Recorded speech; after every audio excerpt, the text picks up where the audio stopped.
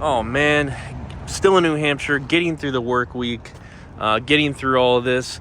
About a little over a week left here, so then I'll be back home. Like I was saying in the first upload while I've been here, the uploads are going to kind of slow down because I'm here.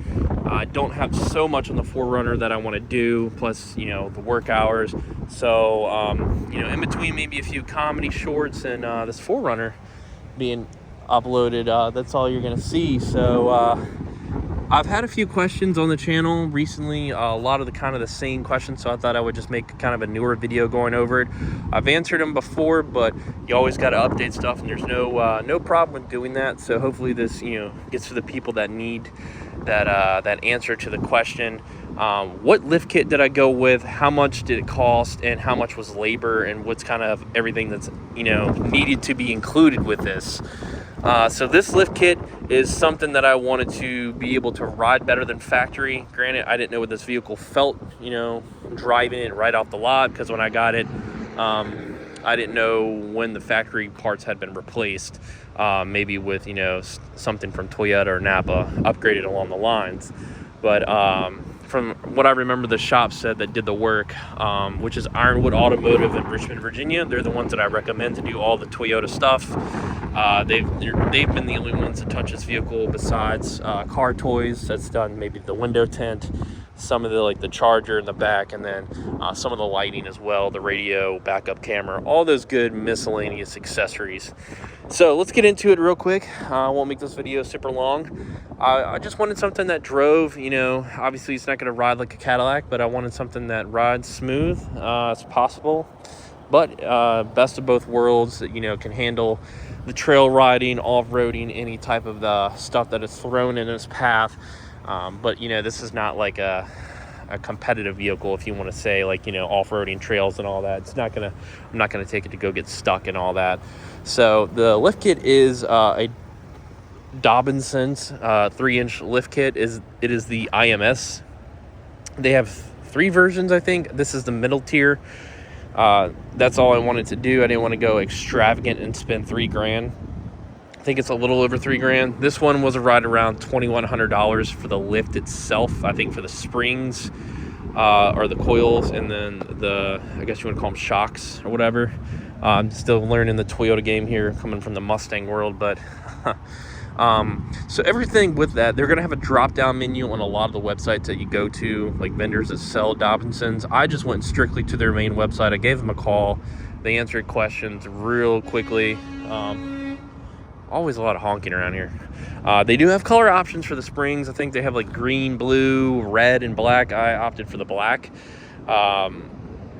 So we went with that, and they're going to have different weight options just because, I have a roof rack on the rear, the rear of the vehicle. If you plan on towing anything, say a small camper, if you do lawn care business and you tow in a trailer, just a trailer for any type of stuff or whatever. In the front as well, I have a little added front weight, just with that front skid plate set from RCI. There's a lot of stuff going on right now.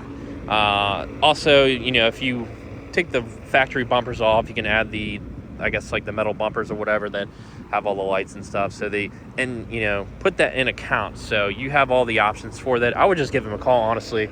Tell them what you're going to add or what options you have currently and what you're looking to do, and they'll give you the best spring rate.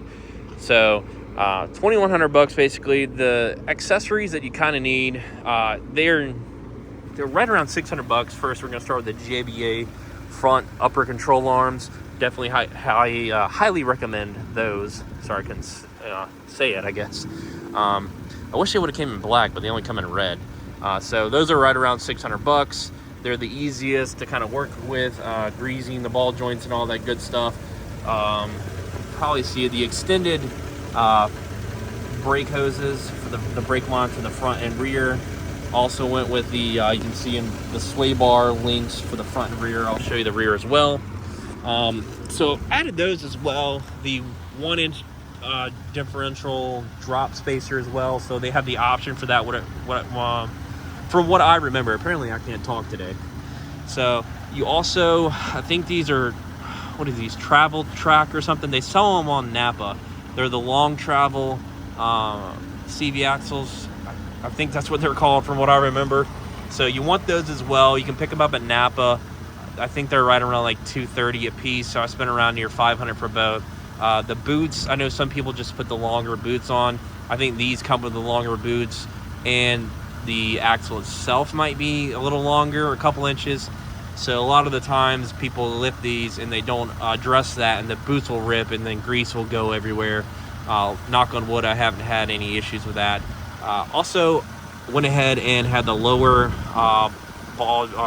lower control arm ball joints replaced as well. Those are new, so those are maybe like a month old at this point. So went ahead and did that. I highly recommend that, because apparently this is like one of the big failures for this generation is lower ball joints break all the time. So did that, and then so you can see the rear. There you go. And the last thing, honestly, to do with this is you don't have to. So some of that stuff you don't have to do, but I recommend it if you want the vehicle to be without any headache or questions. So I just went out and spent all the money I could to have, all this stuff taken care of. And the last part is let's see, rambling on here a lot. Trying to remember, it's the PKC kit. There it is, the pan hard bar correction kit. It basically, if you don't address it on these, the center of like the differential in the rear is off. So when you go over bumps or you're on the highway, it kind of sways one way. Some people don't address it at all. When I was looking at forums and stuff, people were kind of going back and forth. Like, if you don't have to do it, don't worry about it. A lot of people were like, oh, it's something to do. So I went ahead and got the kit. The kit's like $80 for the little brackets. You got to have them welded on or weld them on yourself. That recenters the rear diff, so that way you don't have that issue. And then at the same time, you don't need it, but I went ahead and bought them at the same time and didn't want to return it and go through that headache. So I went ahead and bought a Core 4x4 pan hard bar. Allows you kind of just to adjust with the differential and all that. I don't know if I honestly noticed a difference besides maybe the diff being recentered with those brackets. But it rides really smooth. It rides great in my opinion. Zero issues. You're going to still feel some bumps here and there. Like I said, it's not a Cadillac, but it's a great lift, and I love it. And I love the way the vehicle looks, especially if you take the factory step rails off and all that good jazz. The wheels and tires look great. Allows you to clear, obviously bigger tires if you want, like 35s or whatever. Just overall, a really good lift kit, and it was the most recommended besides the Bilstein, maybe Old Man Emu or whatever it was, but it was a Bilstein one. Apparently this one rides smoother, so that's why I went with this one. Overall, like I said, after accessories, you're probably looking about near $300 to $3,500, honestly, with everything included. I would say just be on the safe side with this lift. And then the work for Iron One to do it, I think was right around $1,500, which isn't bad whatsoever in my opinion. This is my first lifted vehicle, or lifted truck or SUV or whatever you want to call it. So I think, I did a really easy, good, fair job of my research, picking out what I wanted. And the first go around was very successful with a great shop. So hopefully that answers any questions that anybody has.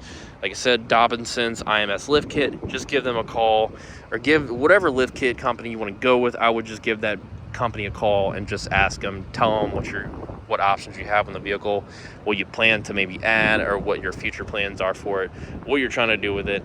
I think that they'll give you, the best advice. So look around on forums, do research, YouTube videos. That's what it's here for. So if you have any questions, just leave them in the comment section and I'll try to answer them. But for anything else, that's going to do it for this video, guys. I am getting back to work, so I'll catch you guys in the next video. Have a good one. Like I said, those look really good.